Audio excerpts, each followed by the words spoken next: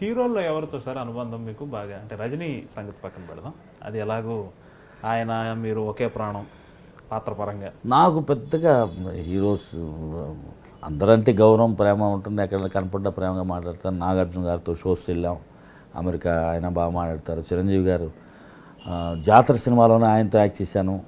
ఆయన శివప్రసాద్గా ఉన్నప్పుడు ఆయన నేను ట్రావెల్ చేశాం. అప్పటి నుంచి ఆయనకి నాకు ఒక ర్యాపో. ఆయన అక్కడ 100 days ఫంక్షన్లు కనపడితే నన్ను ప్రత్యేకంగా నావు ఎలా ఉన్నావు అని ఆయన చాలా ప్రేమగా, అట్లాగా అందరూ. నరేష్ బాగా నేను క్లోజ్గా ఉంటాం, బాలయ్య బాబు, వెంకటేష్ గారు, అందరితో. మోహన్ బాబు గారితో కొంచెం ర్యాప్ ఎక్కువ ఉంటుంది, ఎందుకంటే అప్పుడప్పుడు ఫోన్లు చేస్తూ ఉంటాడు. ఏమండి ఫోన్లో పాడినందుకు మీకు పేమెంట్ ఏమైనా సపరేట్గా పంపాలా? లేదులే అన్నయ్య మామూలుగా. సరే మీరు అమెరికాలో ఉన్నారని తెలిసే ఫోన్ చేసాం, తిట్టుకోకు, యమదొంగలో పద్యం ఒకటి వినిపించండి సార్ అంటాడు. ఇట్లాగే సరదాగా అప్పుడప్పుడు టచ్లో వచ్చేది ఆయనే.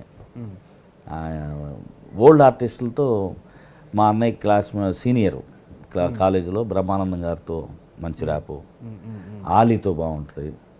ఇట్లాగా అందరు కావాలి, అందరిని కలిసే టైం ఎక్కడ పొలిటికల్ లీడర్స్తో కూడా కలిసిపోతారు. అందరు సరదాగా నవ్వుతూ ఉంటారు. చమన్ సాబ్ అందరూ, ఆయన పాత్ర గారు, మినిస్టర్స్ అందరూ చాలామంది. వాళ్ళు ఏంటంటే నేను వస్తానంటే సంతోషంగా వస్తారు. కాసేపు కూర్చొని 4 పాటలు కళాకారుడికి అదే సార్. పద్యగానం గురించి కథలుగా చెప్తూ ఉంటారు. మీకు ఇష్టమైన పద్యం ఒక్క 2 లైన్లు అనండి సార్. దానికి హార్మోని ఉంటే భలే ఉండేది. భక్తయోగ పదన్యాసి వారణాసి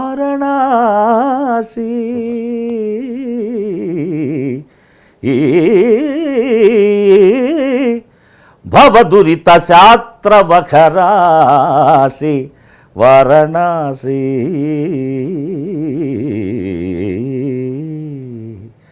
స్వర్ణదీ తట సంభాసి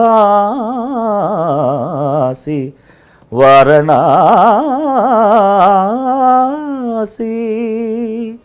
పావన క్షేత్రములవాసి వారణాసి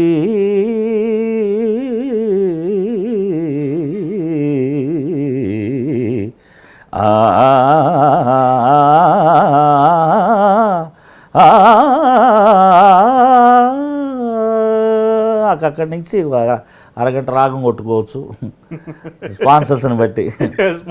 సుబ్బారావు గారు 2 రూపాయలు అంటే కొడుతూ ఉంటాను. అంటే ఒక బ్యూటిఫుల్ డేస్ అండి. ఆ డ్రామాలు పెద్ద పెద్ద ఆర్టిస్టులను చూసా. షణ్ముఖ ఆంజనేయరాజు గారు, పేస్పాటి నరసింహమూర్తి గారు,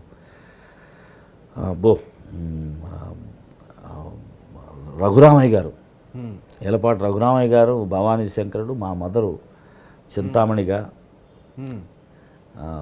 కాళిదాసు కోటేశ్వరరావు గారు, నెంబర్ 1 పేర్. వాళ్ళందరూ కూడా నెంబర్ 1 టీం.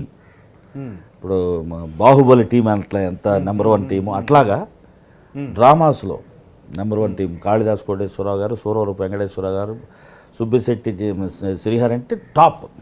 వాళ్ళ కామెడీ సఫిస్టికేటెడ్గా ఉంటుంది.